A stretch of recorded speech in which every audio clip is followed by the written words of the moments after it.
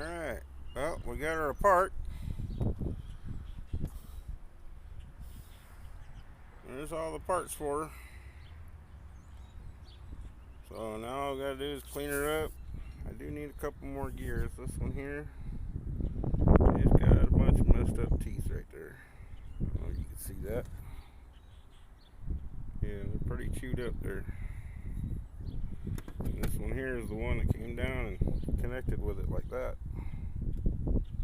And as you can see, it's pretty chewed up too.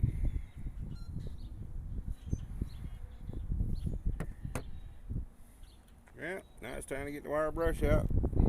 Start cleaning everything up, put it back together. Hopefully it'll find me some new gears. Anybody know anywhere I can get them? It's for a post drill press made by Champion Blower and Forge Company in Lancaster, Pennsylvania. Alright, have a good one.